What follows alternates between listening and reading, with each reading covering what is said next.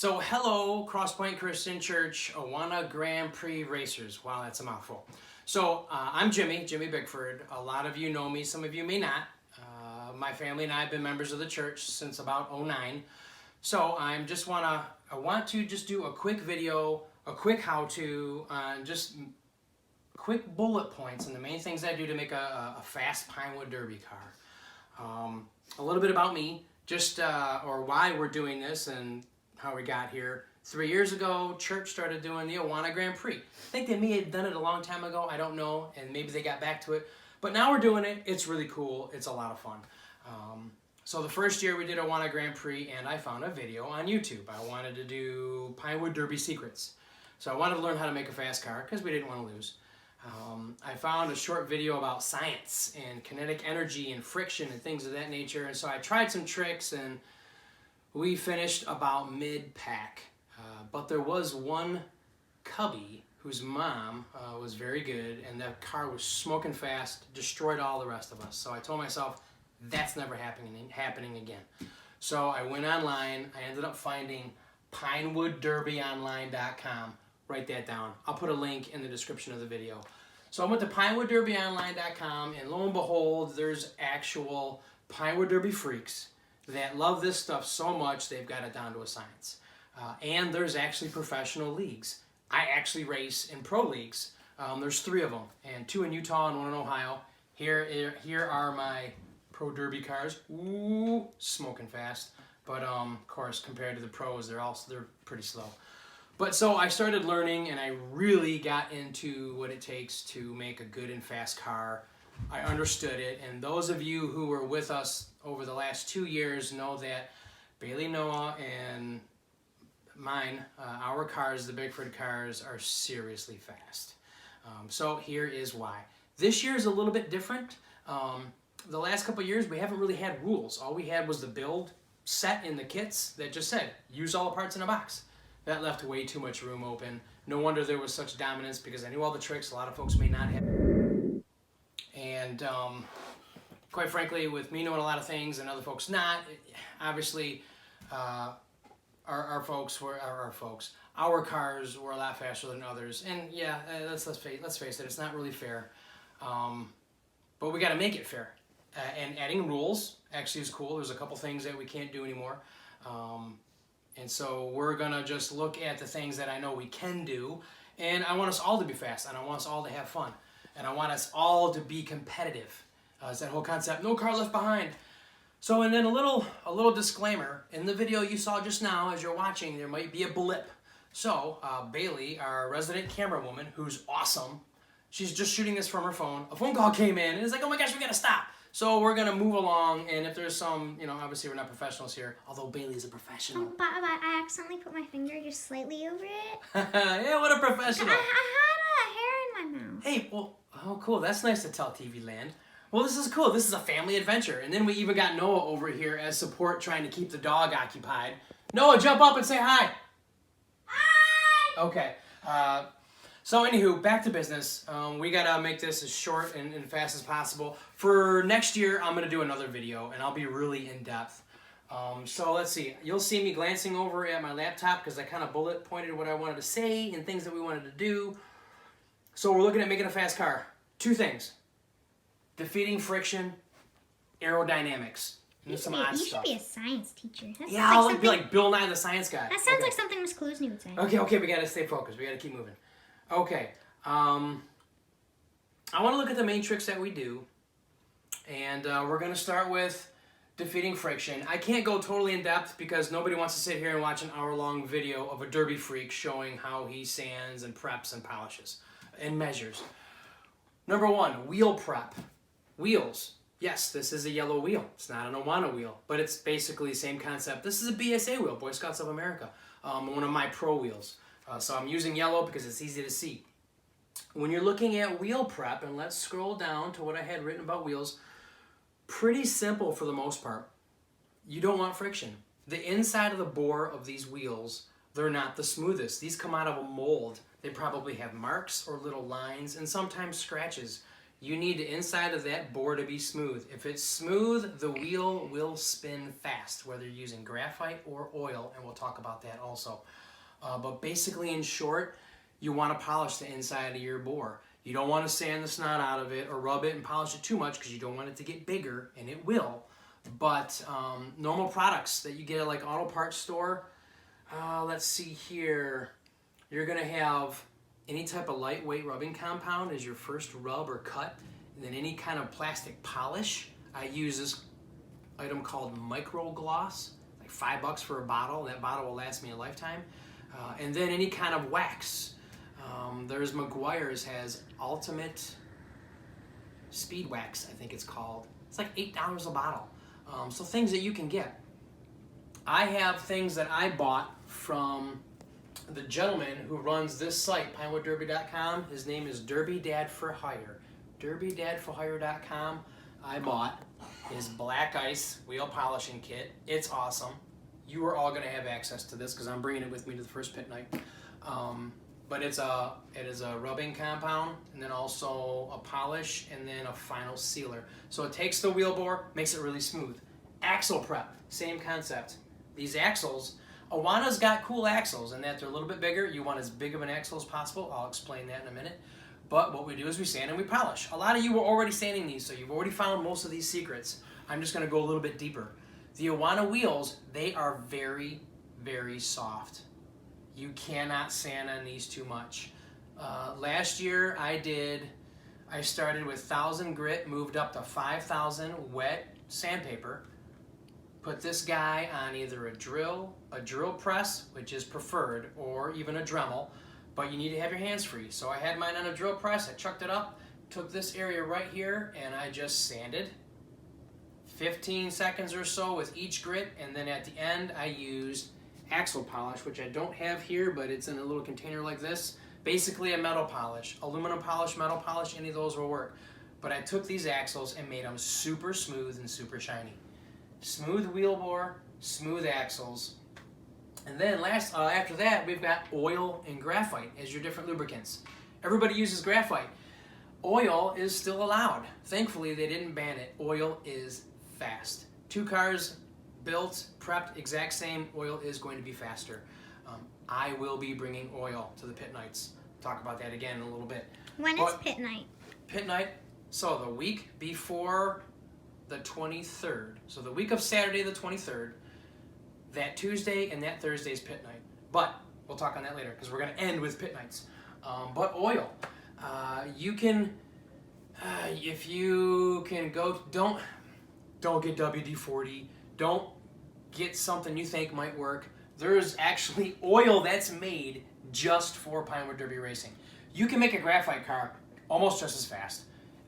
We call it the scout level or Awana level. In other words, pros way up here. Awana and scouts aren't as crazy. Most of us, we do graphite and we do well. Last year I did oil, which was these cars. The year before that I did graphite, and we dominated just as heavily on graphite.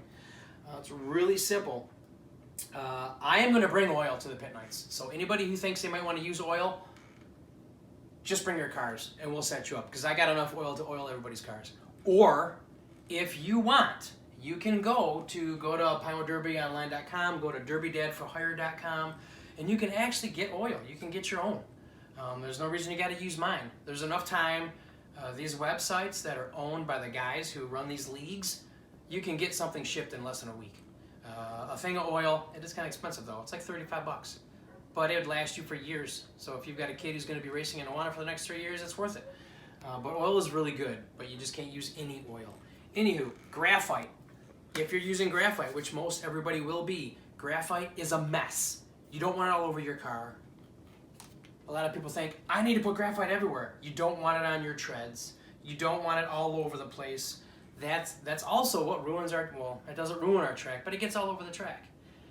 Tim and Renee Aldridge, woo Aldridge's Children's Ministry, you guys rock. They stepped up to the plate and got a 42-foot aluminum best track. That's the exact same track. That's the best track on the market. That's what we use in the pro leagues. But those tracks take a beating, and graphite gets everywhere, and it makes a mess. Oil doesn't drip like everybody thinks, doesn't make a mess. The right oil. But anyways, graphite, really simple. We can use all these products that I'll bring.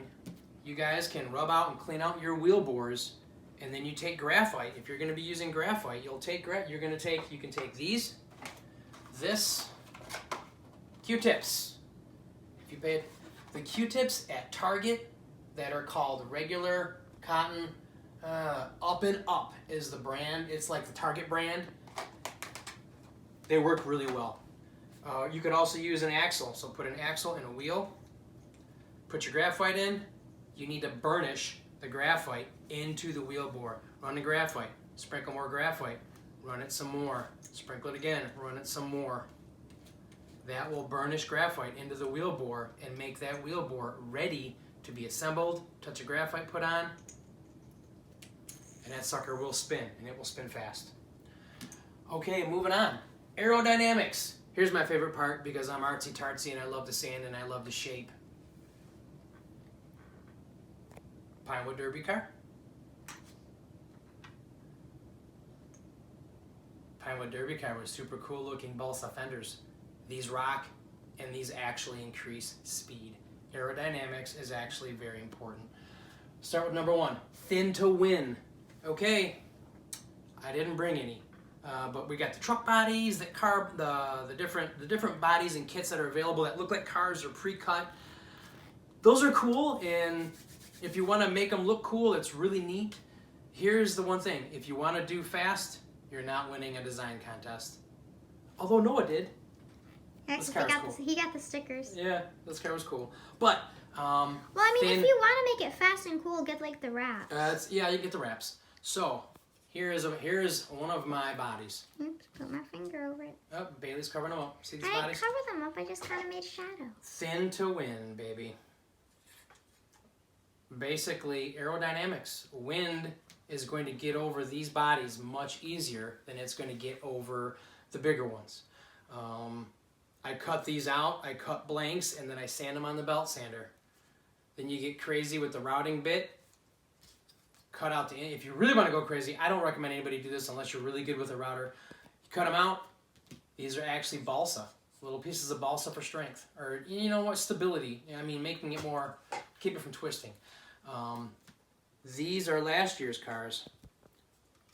No, yes, no, yeah, yes, that's my last year's car. Here's Bailey's. It was solid, so you can build a solid thin car, and it would work just fine. I routed out where the weight goes. We'll talk about weight. Here's. And don't you put those little metal cubes? Oh, we're getting there. We're getting there, Bailey. So thin to win. You want a really thin body. Fenders. Fenders are balsa. I just take balsa, and you can see if you can zoom in. Can you get a close up? Let me know when you're backed off. Oh, okay. I'm backed off. Okay, cool. So, you know, that actually, I mean, let's face it, air going to the wheel is going to hit it and explode. Air going to a fender is going to slowly part and go over it. And it makes a difference. To the exact same car, one with, one without, the car with the fenders is probably going to be, I mean, this is kind of crazy, a few 10,000ths of a second faster, but let's face it, faster means winning. So, thin to win, fenders. We love balsa, yes we do. What? It is easy to cut and shape too. Hee hee. Sorry, I caught myself. Staring at you. Yeah, right. Okay. So, Bailey ropes. I was just thinking. So I forgot to add to the previous video, so we're sticking this in here. But I forgot to tell you how I cut balsa fenders. Balsa is simple. You can get a big, huge chunk of balsa from the hobby store. And it's very light. Yeah, and it's very, very light. I get it from Prop Shop Hobbies, which is 9.5 in Van Dyke. There's also Whistle Stop. They have it too. Yeah. But I get a big chunk. This made balsa. This used to be like this big, this piece, and that was all fenders for these cars. Really simple. Old wheel.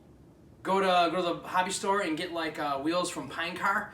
You know, just junk wheels, a couple bucks, and then you could glue sandpaper, like 50 or even 80 grit, something coarse, and then glue it to the outside with CA, super glue. And you could actually use that on the drill to work in your radius, or sand the face of it smooth, a round piece of sandpaper, and on a drill press, and just literally go and cut that out. Really simple. This fits in between the two pieces. I then glued this piece on, did a little X, went to the belt sander, round, pretty simple. Or you can just cut chunks and cut pieces. But I basically cut pieces of balsa and glued them using super glue. It's called CA. You can get it at the hobby store. They got it thin, thick, and thin, medium, and thick CA. I get the thin. You better be fast. I scuff it, put a little bit of CA on the balsa, and attach it to the pinewood.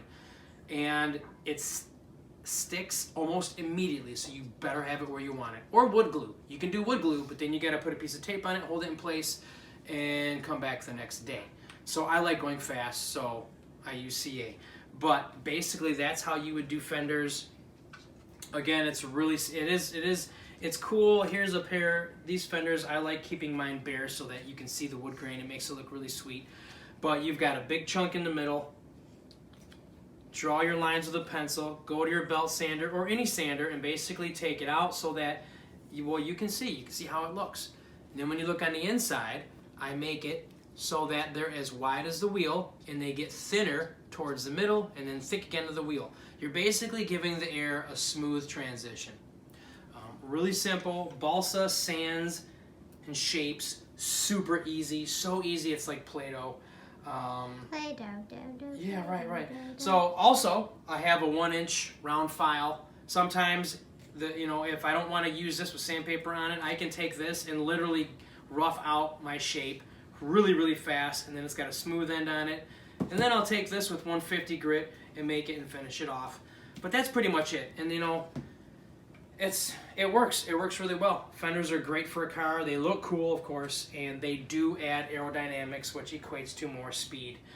So that's pretty much it. That's how I shape and cut balsa. Again, I mentioned in the video, and I'll mention now again, jimmybelieves@hotmail.com. You can email me. Anybody has any questions about balsa and cutting it, shaping it, whatever, just give me a holler. Oh, and then after you glue the balsa to your car, you then have to seal the balsa. I used clear urethane spray one year, and then I used actual glue, the CA super glue, where I wiped it on with a towel. And then you just, once it gets all hard, then you got to smooth it, but it will make it, listen, makes it hard. Otherwise, I can push my finger into that balsa. It is so soft. If you leave the balsa bare, the slightest little nick is going to break pieces off. I've never built a car without breaking little chips and pieces off. It's impossible.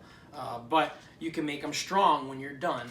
Bailey's car launched on its first run last year, launched off the stop section, broke a fender clean off.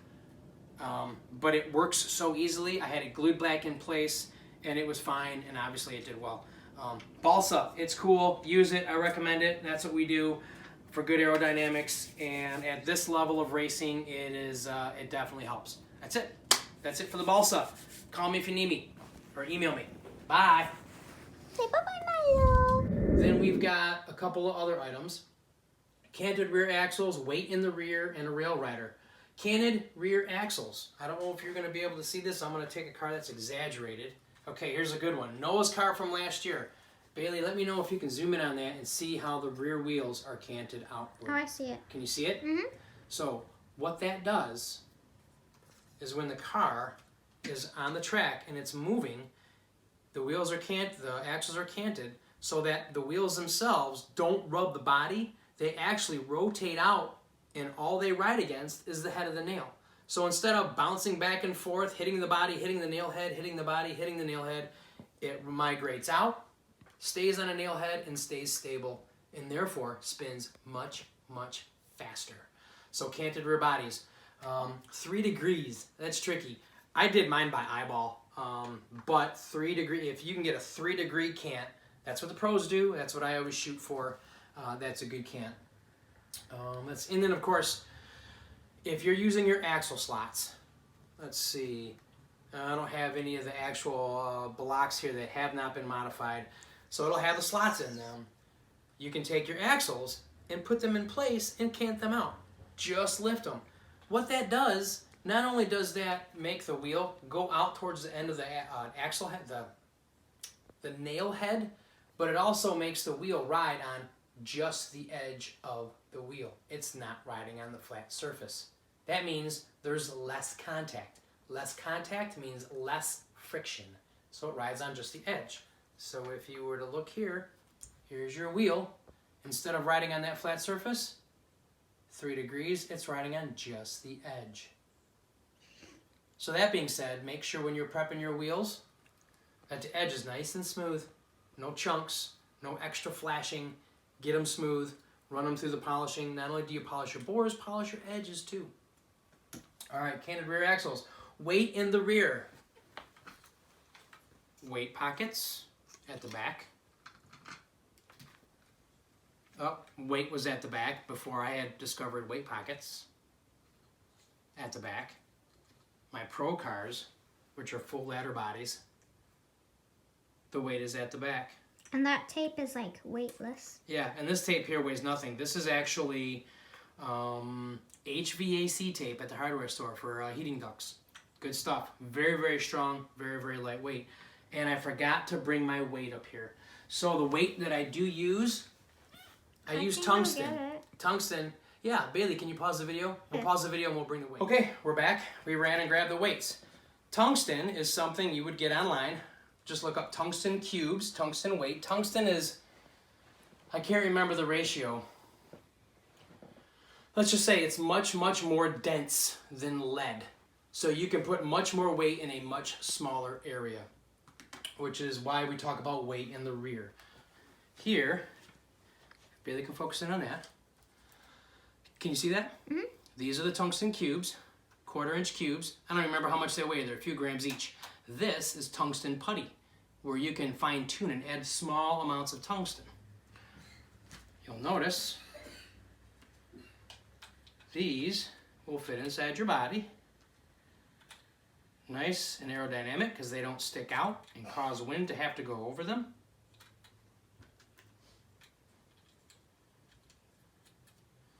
Just like that. I'll have 2 rows here. The rest of the weight will go in front. This is where the rear axle goes. So, why do we put weight in the rear? This is where science comes in. So we've got kinetic energy. Okay, let's see. There's 2 sections, or 3 sections to a track. The hill, which is the drop, the transition, which is the curve, and then the flat spot. That's the rest of the track that is nice and flat. So basically, I've had a lot of folks say, oh my gosh, you gotta have weight in the front so it's pulling your car. No, no, no, no. I had to actually tell one guy, just watch the cars, so he wouldn't believe me. Weight in the rear, really simple. Weight plus gravity on the hill equals kinetic energy, because it's gravity's pulling the car, and that equals speed. Weight plus gravity on the hill equals speed. Then you go through the transition. Now you're on the flat spot. Weight plus gravity then equals drag or brakes, and it slows the car down. The second the car hits the flat spot, it starts to get slower. And that can't be avoided. So what you want to do is you want to take advantage of as much of the kinetic energy of the weight working for you and creating speed as you can. So picture this, 2 cars. If these 2 cars are built identical, one has weight in the front, one has weight in the rear. They're both lined up. The section from the top of the track to the transition is how much time, how much space the weight is working for you in creating more and more speed. If these cars are running the same, this one's got weight in the front, this one's got weight in the rear, that much distance, and it makes a difference. This car will have that much more weight and kinetic energy, meaning that much more speed. So as they hit the transition and they start to level out, this one is already starting to slow down. This one is still being sped up by the kinetic energy. That's why all Pro cars, the weight is always at the rear of the car. Always. That is actually why when you're racing Pro and you're crazy and you're insane and you do this to your body, is because you're trying to make everything as light as humanly possible so that you can 100% control the weight and condense it all in this area. Now, just as a little disclaimer, don't have it all, but you can't have all the ounces, like you end up with a 1 ounce body, 4 ounces of weight. You put all the weight behind your rear axle, and when your car hits the bottom, it's going to do a wheelie. So obviously you don't want to have that. You do want some weight in the front. If you were to actually do what they call a center of mass and balance your car, it'll end up being, like my car balances, if here's the rear axle, about a 1/2 inch in front of the rear axle is about where my center of gravity is, center of mass. That's all getting technical, but I got to at least tell you why we do what we do. So weight in the rear, that is going to give you more speed. And then this one, we're probably not going to concern ourselves with. This is a rail rider. Somebody, you'll notice when a car's going down, it's doing this. They're bouncing all over the place. Our cars don't bounce. Reason being is we do what's called riding the rail. We probably can't do this because there is a rule that says no bent axles. I don't bend my rear axles. Is that still a rule? I thought they took that one down. It is a rule.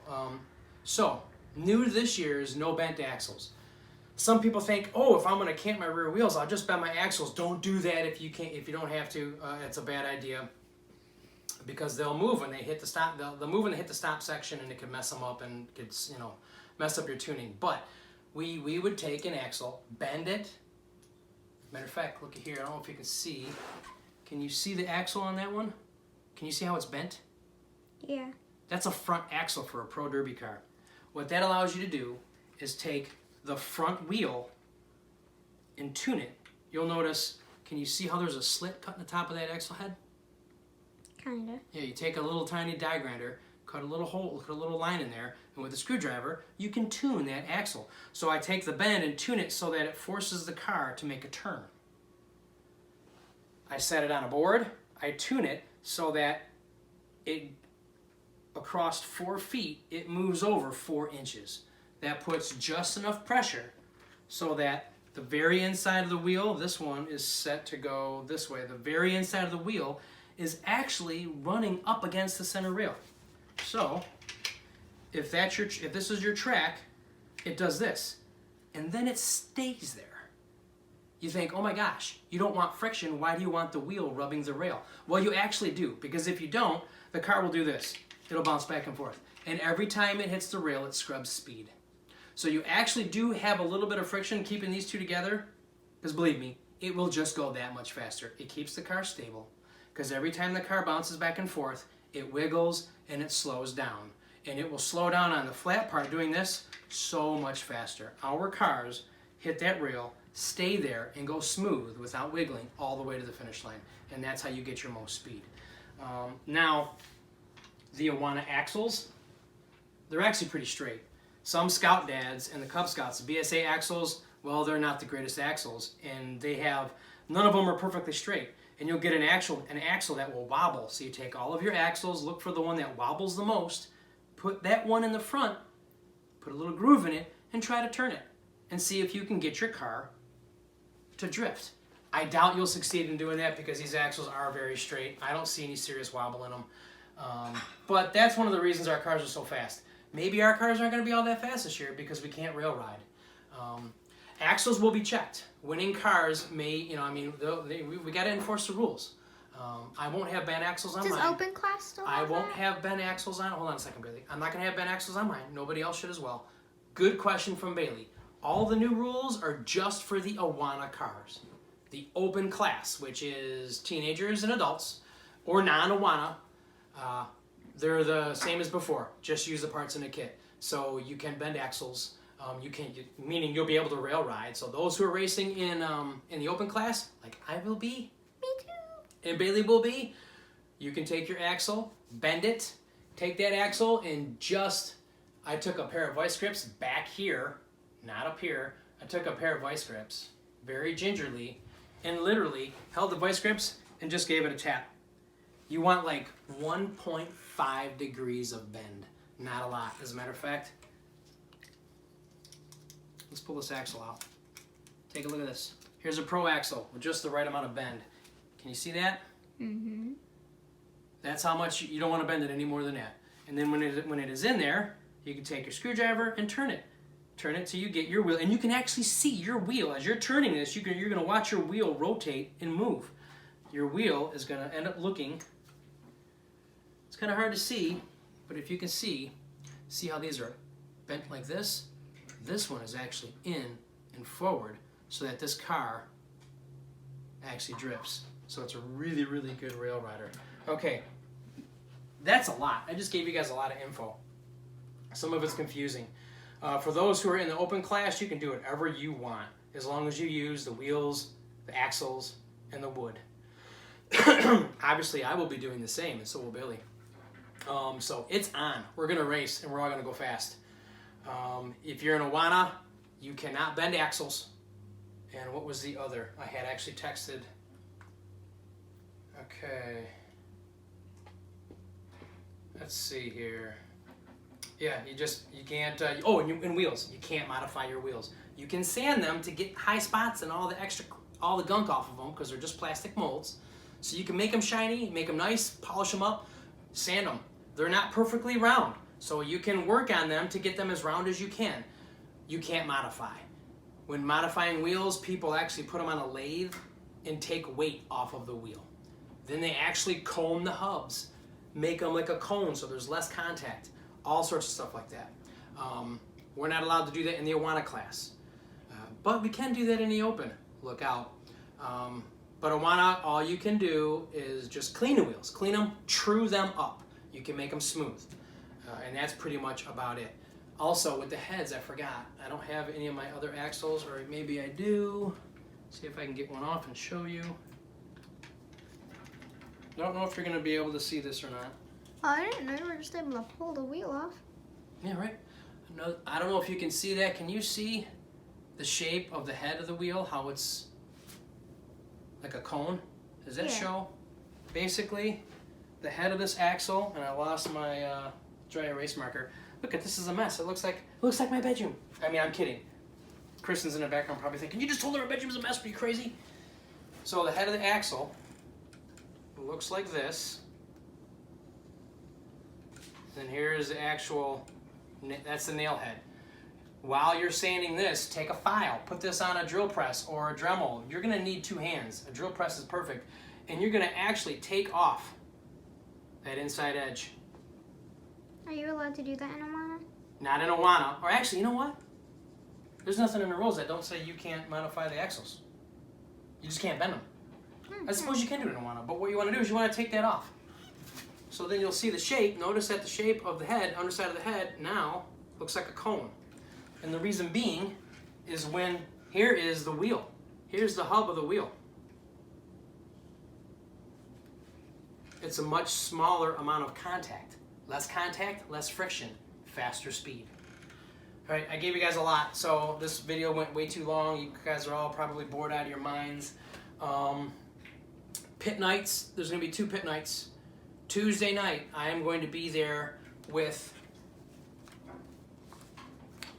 Black Ice wheel prep kit, next level axle polish. If you want to be able to do your bores, dads, moms, whoever's coming, parents, whoever's doing a lot of the bulk of the work, or you older kids or younger kids, if you got skills, bring a drill. I'll have mine, but that's only one drill.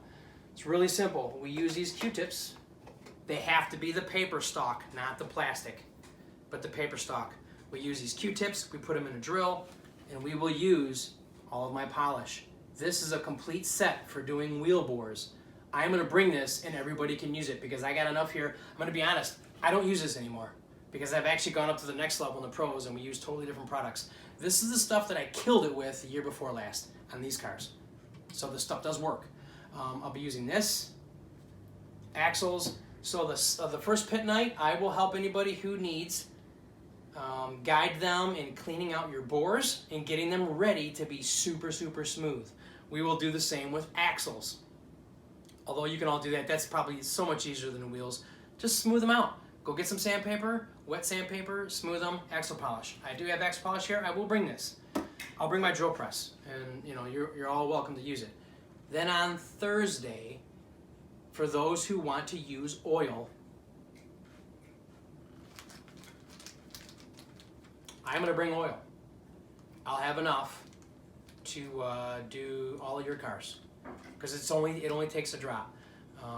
We can hang out Thursday evening. We only got I think pit night's only 2 hours or less, but I'll do as many as I can. It's really simple. It literally is putting your wheels and your axles almost all the way together, putting a single drop of oil on there. We just got to make sure the wheels are clean, the axles are clean, no dust. We won't be anywhere near anybody who's sanding, because any kind of lint or dust that gets in there will make the wheel be slow. So this is next level stuff. I just want to show you what I do, why our cars are so fast, and I would love to get everybody else to be just as fast. And that's pretty much it. I think I've got all the information. I've given it to you. I've probably taken a bunch of you and it caused you to say, oh my gosh, I don't want to do this. This is crazy. But it's also a lot of fun. My email address, jimmybelieves@hotmail.com. Anybody who sees this video and has specific questions, Jimmy, where can I get the oil? Or where can I get this? Or should I do this? Shouldn't I do this? Email me with any of your questions and I will respond as quick as I can. Email me and then from there we can even chat by phone. But I don't have access to the phone during the day. Email is better. So go ahead and email me. Any questions you got, I'll try to help everybody get as fast as I can. I would love for all of you to be smoking our cars and be much faster than us. This way everybody loves it, everybody has fun. Bailey just gave me the look of death. No, Dad, I want to dominate. Yeah, no, we all want to be fast. We want to enjoy this and not be like, I don't want people to be discouraged. I don't want cars to be slow. No car left behind. Everybody be fast. This way every year we can enjoy it. We can have better and better pit nights. We get more involved. We can start buying products like this and like this for the church to use. And we can have some serious workshops. Now, it is late in the season. I got late to doing this. Next year, 2020, will be even better. I'll get with Renee and Tim, and we can possibly do, like, serious workshop nights. We get the right tooling together. Hey, how can we cut bodies? Things of that nature. But that's pretty much it in a nutshell. I'm sure I left stuff out because there is so much. This is just the surface. Go here. Every scout dad known to man who's intensely jealous over anybody who's faster than his kid has gone to this website. Everybody who does ends up winning their pack, their district, just kills it on the scout level. There's a ton of information here. As a matter of fact, you could go here and look around and then just ignore everything I just said because you'll find it all here and the guys will respond to questions. There's two other websites, apr.boards.net. That's Association of Pinewood Derby Racers. That's where I race. They're good, but it's mostly pros, but they're willing to help. And then there's National Pinewood Derby Racing League, National Pinewood, NPW, National Pinewood, DRL.com, National Pinewood Derby Racing League.com. That's another big website. He's got a store, an online store called Derby Evolution, DerbyEvolution.com. That place and DerbyDadForHire.com, that place. They sell a ton of stuff. There's also PinewoodDerbyProducts.com. That's the gentleman from Ohio. His site's smaller. He's just getting going. But there you go. I've given you my tricks for the most part, all that I can think of. I've given you some resources, some websites to go to. And other than that, we will see you on the hill. 23rd, let's go. Not only let's go, but let's go fast. All right, see y'all. Bye.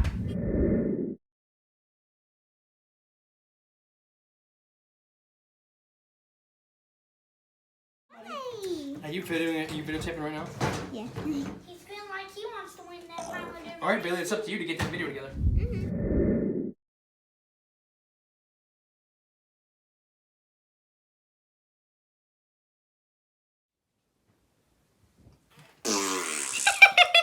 And go.